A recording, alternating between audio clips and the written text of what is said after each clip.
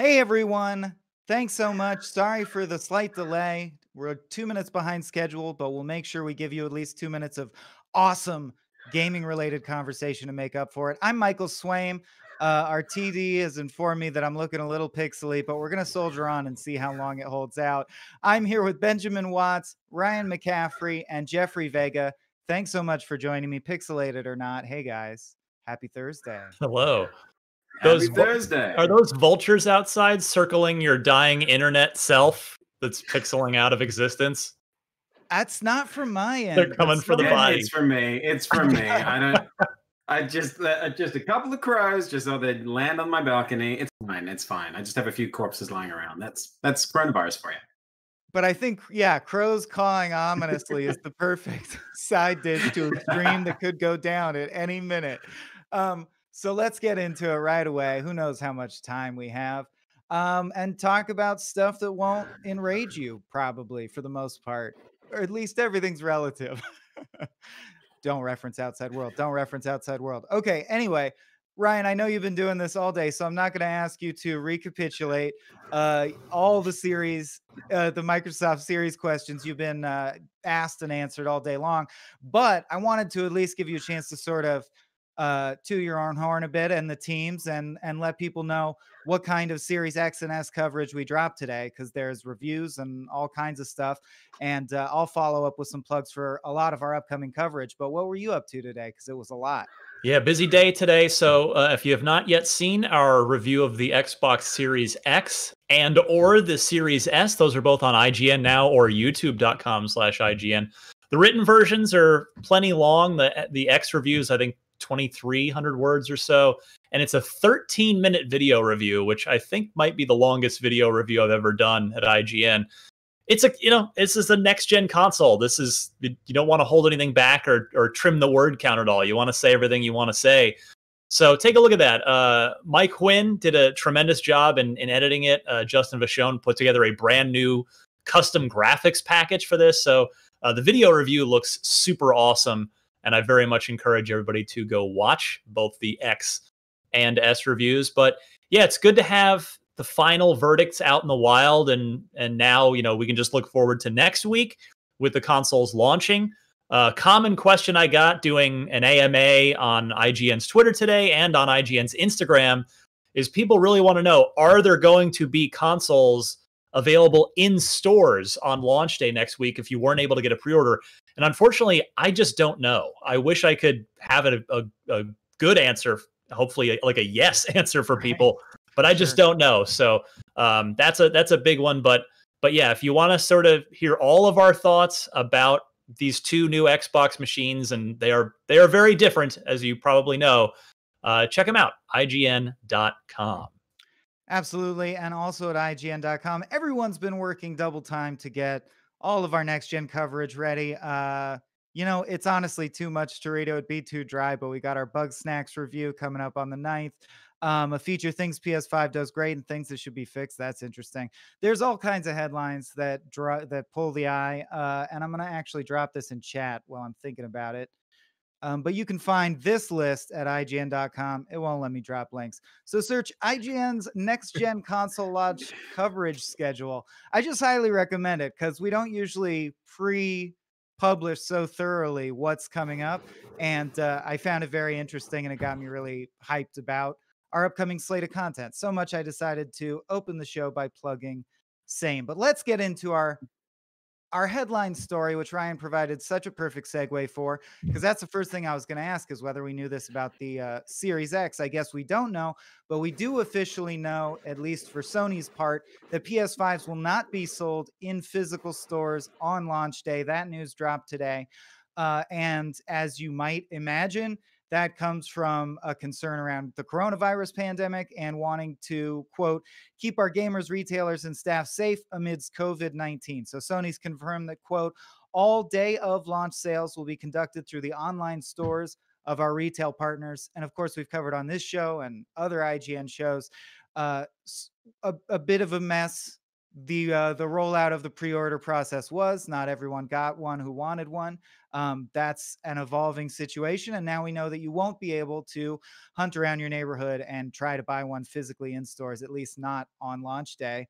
Um, Benjamin Watts, a penny for your Hi. thoughts. Well, as the obnoxious crows let us know, we are in a pandemic.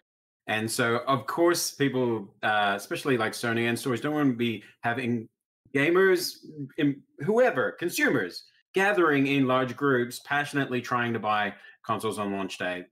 Anything they can do to prevent that kind of bedlam, I think, is kind of a positive. It's just we're just in a new world right now, so it sucks, but it makes sense. You just everybody's equal online as much as you can be, and that's probably the best way to handle it in our current situation. I wish everybody luck.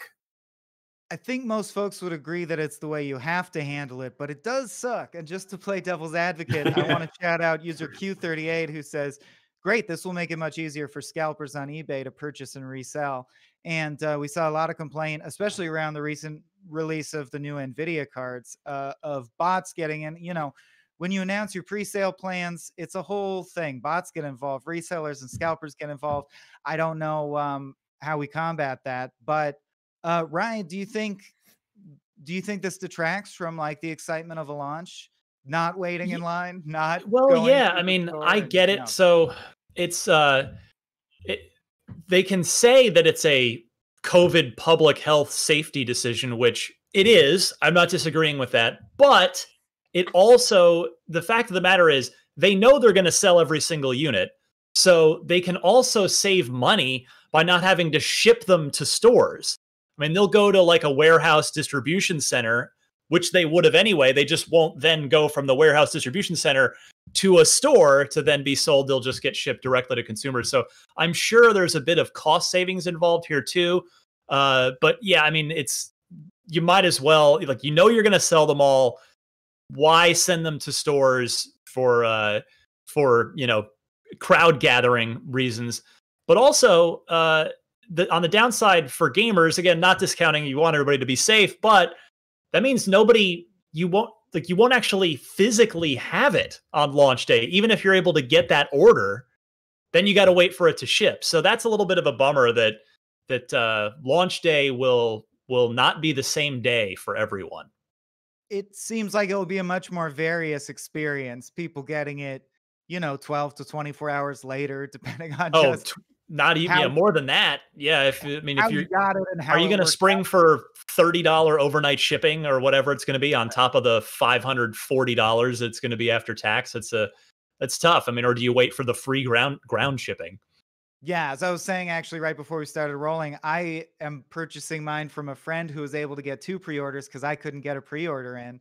So I got to wait for it to ship to him and then him to ship to me, and he's quite far. So we'll see how it works out. Very jealous of you, Ryan, but happy for you at the same time. Jeffrey Vega, thoughts on this, please?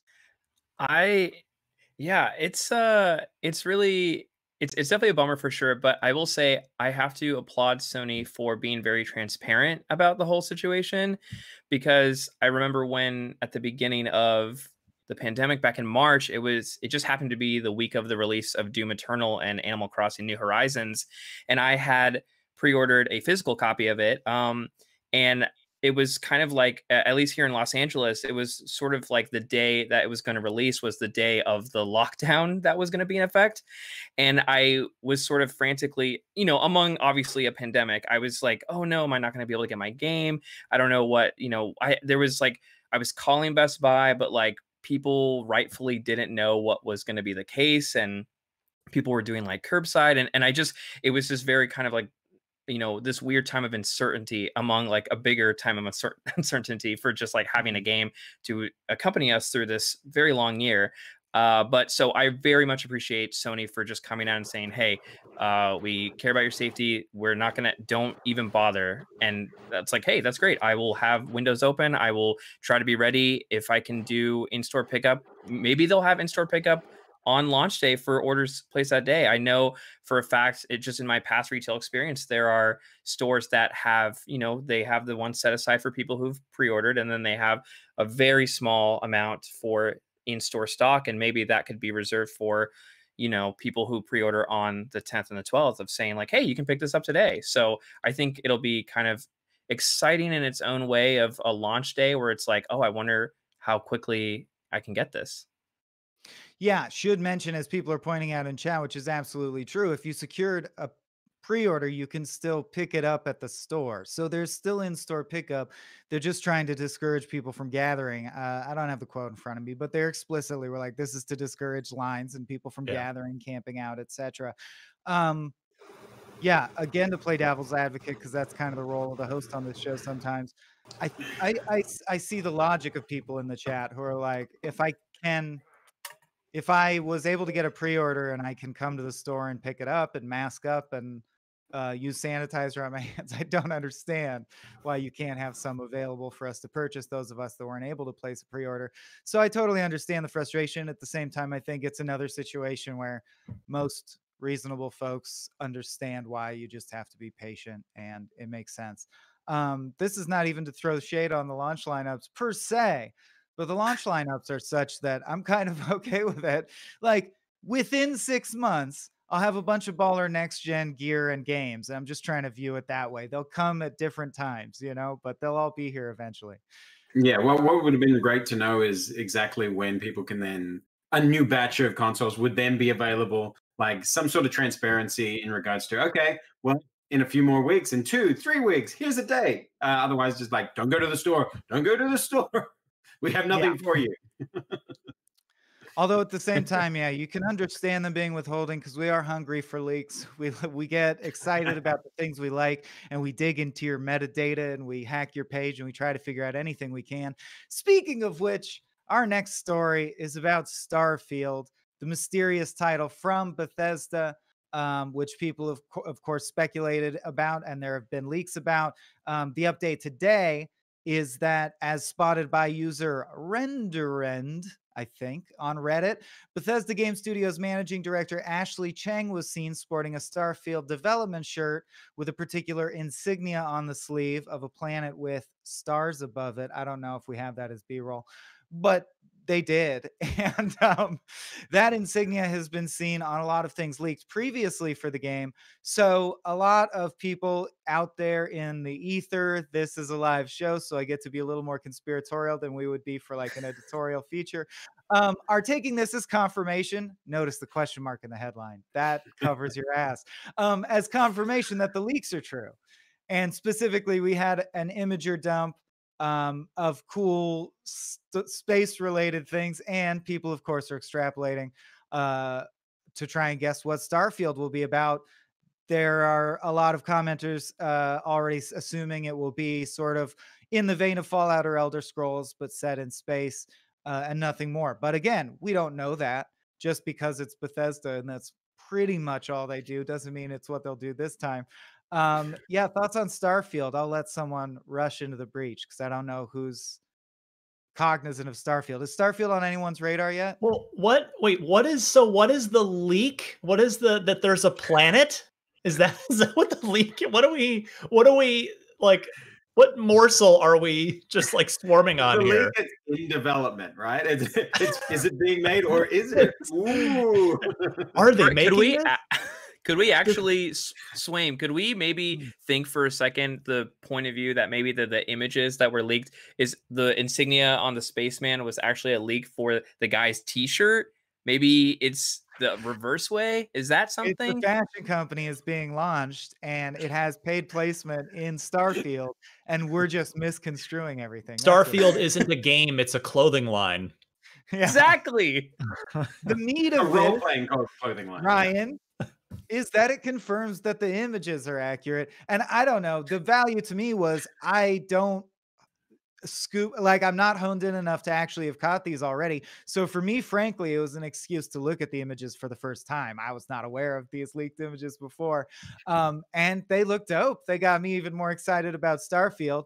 The ship, which we have up well, there's lag, but we roughly had up as I was speaking. The ship looks really baller and very next gen to me, and makes me excited to daydream about.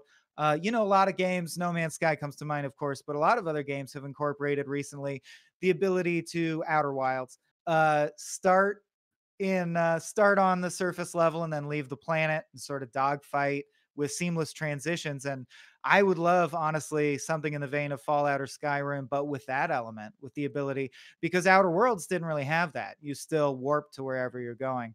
I'm talking too much. Benjamin, anything? Uh, honestly, not really. This game really isn't on my radar. Do I think Bethesda would make a space role playing game? Absolutely. They've got everything else covered. This perfectly makes sense. And if you put a logo on a shirt, that basically confirms the game is probably going to come out next year. So Yes, the other surrounding the leaks on Reddit, it was also supposedly leaked that the game is targeting a 2021 launch. that was right. A final image leak showing a moon base. Oh, okay. I see. Mariah already put that up. That's a moon All right, base. I see don't the know how you images know now. that. NASA announced I the big moon I announcement. Maybe this was it. they were yeah, NASA was leaking images to the fans. I don't know. All right. I personally Yeah, love please. for someone who like I mean say what you will about leaks, but like I really love the idea that someone did spot the logo on the guy's shirt in a live stream and just barely off screen. The fact that someone kind of made that connection, I feel like only kind of further fuels the excitement for this game. So people who are like actively looking for stuff like this are getting fed their sort of excitement for it, and I love it. That just only just like you said, Swaim, I didn't really know about the images until the shirt was like a kind of a big deal. Like, oh, it sort of confirms it. And so like if anything, it's one of those like, oh, any news is good news. Yes. Although there's definitely hype fatigue. I did a video about that with Brian. Your avatars, your cyberpunks, there's a point where you're like, I understand everything about the game. Just wake me when it's done. and I'll Next play it." next year on paper is just so full of mega blockbusters. Starfield, Halo Infinite, God of War 2, Ratchet and Clank, plus probably a whole bunch we don't even know about yet. Right. Like those are some heavy hitters already, and we're not even out of 2020 yet. Yeah, I Don't think forget 2021 in terms of titles will be huge, huge year. Even though the launch fell in 2020, that's when you're going to get all the. Anyway, you were saying? No, I was just gonna say, don't forget Grand Theft Auto 5 enhanced and expanded in 2021 for next gen, baby. Well, it probably will outsell the rest of those games combined. So let's definitely not. It's no joke. I still Yeah. want to know if there's anyone who hasn't played GTA 5 in any form, and that will be their first experience with it. If Oh, that's there are you, always going to be new. I mean, that game's by the time that next gen version comes out, it will be just about 8 years old because that game September of 2013. So that's a long time. You know, you've got kids that were 8 when GTA 5 came out that'll be 16 for this, and so there will be plenty of new people coming at GTA 5 for the first time. great game. Great And game. we I think do it's one of the appreciate. top 10 best games ever. Absolutely. I think gamers of all media ingesters definitely appreciate a good retread, a great classic, loading up a favorite game and playing it again. And speaking of that, Star Wars Jedi Fallen Order is joining Xbox Game Pass, sort of. I'm going to do this story a little backwards, jump right to the comments. Strider 2008 says, can someone please explain to me the use of the word sort of? And I'm going to throw that to you, Ryan, because I suspect you can explain that very well as a big Game Pass guy. Well, I only saw the tweet, but if I have it correct, it's coming into EA Play, and EA Play is going into Game Pass. So effectively, Star Wars Jedi Fallen Order is going into Game Pass. That's right. Ding, ding, ding. We have a winner. It's a game within a service within a service. As of November 10th, 2020, EA Play is being added as a perk for Xbox Game Pass Ultimate subscribers, and Star Wars Jedi Fallen Order is coming to EA Play. Therefore, you remember the transitive property. EA Play will also offer exclusive in-game challenges, rewards, discounts, member-only content, early trials of new EA games, and instant access to a collection of other EA titles with what they are calling the playlist. So my question is, and I easily could just be exposing myself as dumb, but Game Pass, such a great deal. We promote it a lot and we're not paid to. It just legitimately is a lot of bang for your buck. Um, eh, is this like streaming where I'm eventually needed Netflix and Hulu. Now I need Disney Plus, I need HBO Go. I'm gonna need like Peacock eventually for whatever reason. No, you're not. Are there gonna become a bunch of indispensable streaming gaming services? I hope so, because that would mean Okay. that like Sony has something as good as Game Pass, but yeah, I mean, as of now, yeah, Game Pass is just undisputably awesome. It's fantastic. Gotta have it. I feel I just have like spidey sense that there's some kind of pitfall we're not seeing with switching Well, I everything mean, over to you like the subscription model. you don't own games, just like you don't Yeah. own the shows and movies that are on Netflix. So for some people, they don't feel great about that, about not owning the game. You can buy games on Game Pass at a discount, so there is that to consider. But and then the other downside is to again play the devil's advocate is games do come and go from Game Pass. They typically give notice, but there is stuff that will go out of Game Pass that's been in, and then of course new stuff comes in. So it's an always evolving catalog that they've got on there, but Yeah. still I mean, how can you I just don't think there's an argument against Game Pass at this point. Not after buying Bethesda, not after folding in the EA Play. It's just a tremendous service. My argument, yeah, it is. My argument's more of like, is there such a thing as too much ice cream kind of argument, or is there anything? Ben and Jeffrey, where do you land on the spectrum between like how robustly do you actually use gaming streaming services, if at all? I'm still, even though I know that it's a great deal, I'm still buying individual games and downloading them out of like habit more than anything else, I think. Oh yeah, I'm a very No, Ben, please. No, Ben, come on. We're here for you. Okay, you convinced me. Well, first I'm going to say you can never have too much ice cream, and that's it. No, really is that we don't we don't really have enough of this as it is right now. Game Pass really is the only one competing for that kind of attention. I know we have PlayStation Now, which is pretty much goes unnoticed from kind of the broad audience and kind of the understanding of this kind of subscription is available to you. We definitely, and Jeffrey and I coming from the social background, we will post stuff that has to do with Game Pass. But if it was a PlayStation Now, we generally wouldn't, because we know people don't even really understand how that works as they understand how Game Pass works. And I think it has already positioned itself as a must-have. With when I get my Series X, I don't know if I will buy another game. Maybe I won't. Maybe I'll just have my Game Pass subscription, and that's how I will enjoy all of Xbox games. I don't know, especially if it's going to, if Halo Infinite comes out day and date, which, I think it does. It will. Yeah. Yes. Every first-party game, every single first-party game. And that's it. That's really it. That's like, okay, perfect.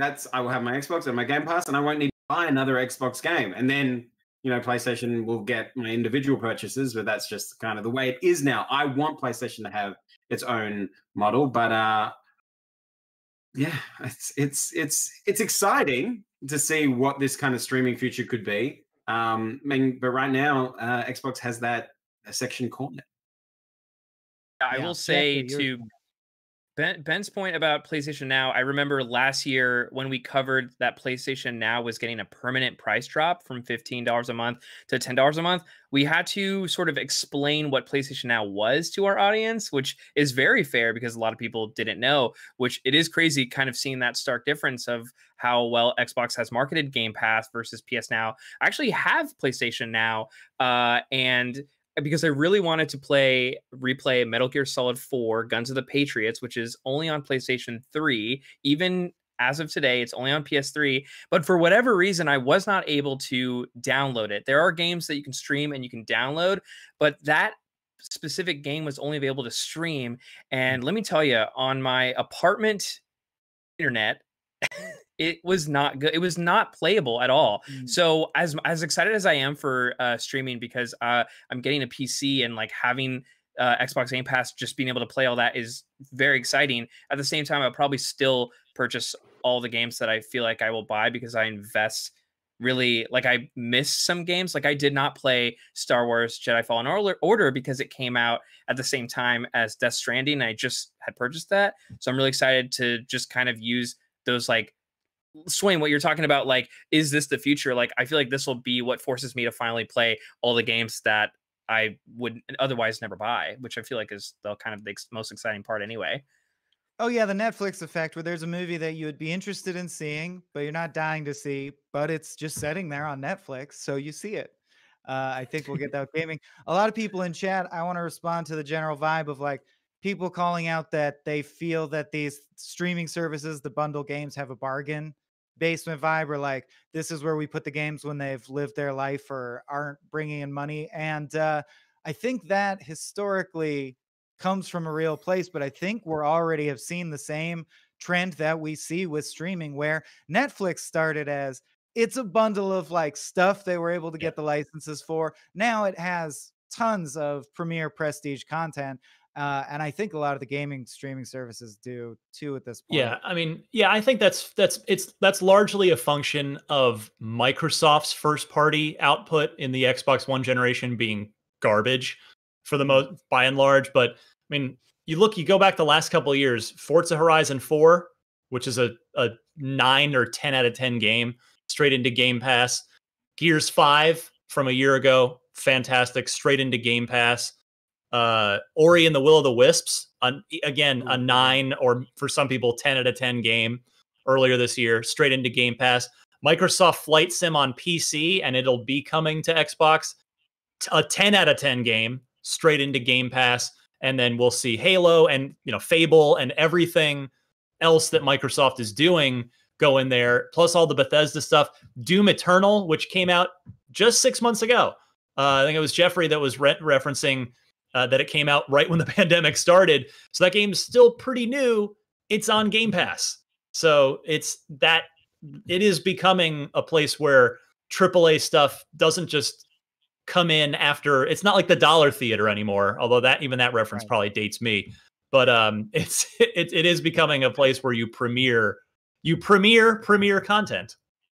Yeah, absolutely. I wonder if that will I wonder if we'll get like a AAA title exclusively on Game Pass, the way that Netflix, you know, grabs the we have really exclusive putting it rights behind the paywall. Yeah. Yeah. Oof.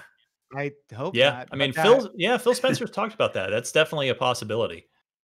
Dang. Fallout 5 exclusive behind the paywall. You got me. I'll do anything. All right. In related news, because nominally we are talking about Jedi Fallen Order coming to EA Play, which is coming to Game Pass Ultimate on November 10th. EA has also revealed its plans for bringing its newest games to next-gen systems. Some titles like Madden, NFL 21, and FIFA will receive full next-gen upgrades, while others will be backwards compatible.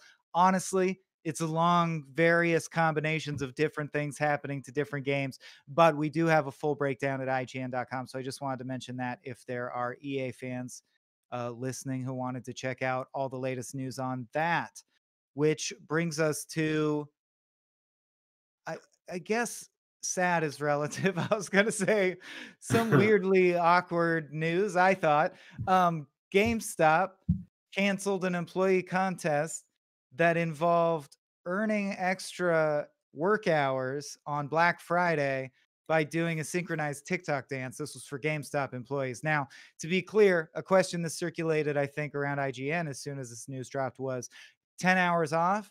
No. 10 extra hours to work on Black Friday, which of course is So it's time and a half, right? Stressful time, but also time and a half. So there are people in the comments saying I worked at GameStop. that is a prize because it's hard to get hours at GameStop, which, well, then that's screwed up in my opinion. But anyway, they obviously got enough flack that they're not making employees literally dance for the right to do their job during a difficult shift. But yeah, let's go in reverse order. Jeffrey Vega, I feel like from your vibe, you'll have a really wild, hot, cathartic take on this. Don't make a liar out of me. Yeah, so I will say, full disclosure, I run the IGN TikTok account. Follow us at tiktok.com/IGN. Got to get my plug in there. GameStop, GameStop has never been a favorite company of mine. They've obviously caught flack before for stuff like that. Even during the pandemic, as we mentioned in our article, it's like, oh, we're essential, which, you know, it's definitely not a great look, especially because speaking from TikTok, since I'm really deep in that community, TikTok is so positive. All the comments, everyone, I'll post sometimes the same video on TikTok and Instagram, and TikTok will be so nice, and Instagram will be not so nice, just to put it nicely.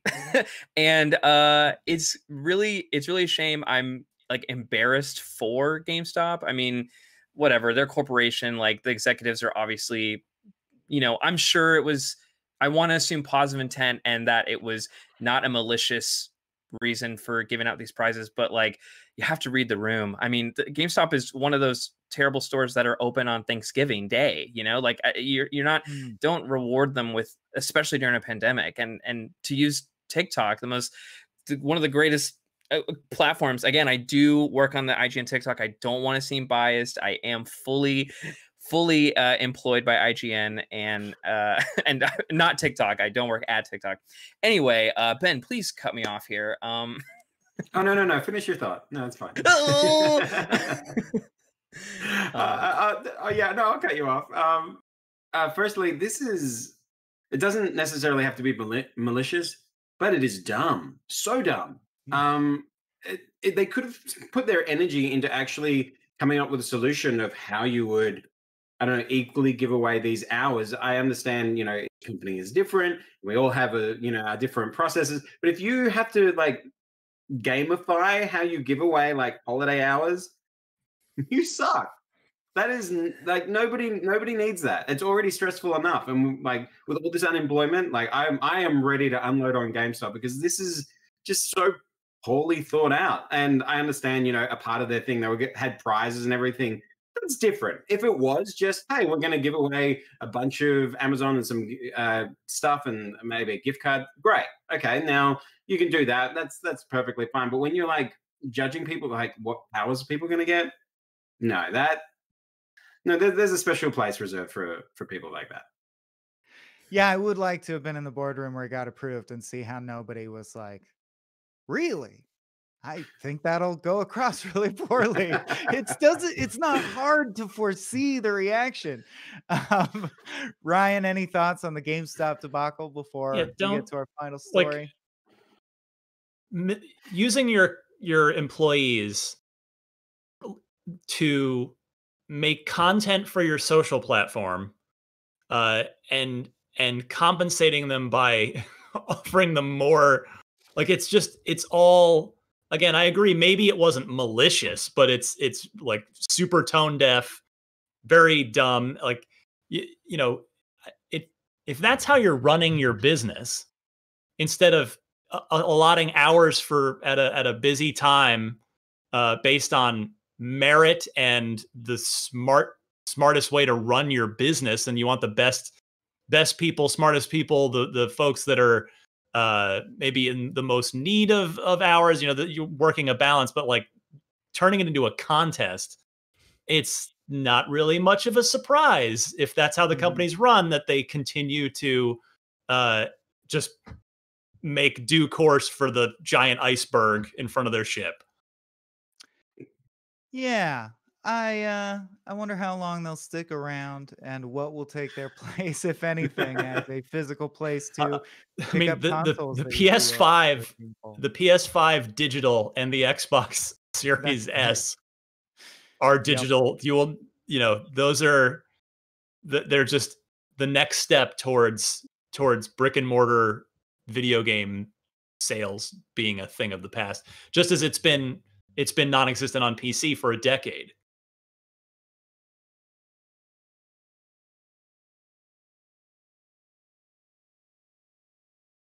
Lost Michael. We lost our host, Michael Swaim. This seems to happen once a show. Once this is like the regularly scheduled Swaim dropout. He's come back. Actually, he's not back. Yeah, Swaim just texted me and he said he's making a TikTok right now. His poor Mike. Try one more time. I'm very low. Oh, he's back. He's coming back. I'm back? He's back. Yeah. Didn't have to vamp for too long there. Yeah, I spent all week trying to fix this. Anyway, I'll look into it again before next Thursday. But we almost made it to our final story. Just one story left. Wanted to end on a high note. Scientists have discovered a planet that is essentially Mustafar. Darth Vader, the planet where Darth Vader fell into the lava. That's really all there is to say about Anakin, he wasn't Vader yet. That's true. You're right. Yeah. Smeagol was corrupted and then became Gollum. But they're calling it a hell planet. And that kicks ass, man. And it's got supersonic speed winds and it rains rocks there. And I wanted to challenge Mariah RTD to find some B-roll for it. I guess that makes sense. We live on the metaphorical version of that planet. Yeah. I thought you were describing Earth, but this is a different planet you're saying? We figured ending on a hell planet would be a great smooth segue back into real life. That's indeed all we have.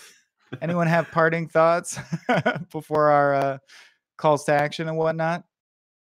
And it's always cool to find new planets. It's pretty sweet. Yeah. And that's all. Yeah. Science. I love science. Every time you have me host, I will awkwardly cram it into the end. You bet your bippy. But for more cohesively entertaining video products, stay tuned. We actually have 2 streams today at 5 o'clock Pacific time. So in just about 20 minutes, you got Max Scoville and Brian Altano doing Up at Noon at 5. They will be showing you huge, big world maps to look at that will give you joy instead of angering you. Wonder what that's in reference to. And they will discuss, I guess they're going to bring you up and then bring you back down, because then they're going to discuss all the awesome movies that we would have already seen by now if not for the coronavirus pandemic. So real emotional roller coaster. And also at 5, I've been instructed to read this verbatim.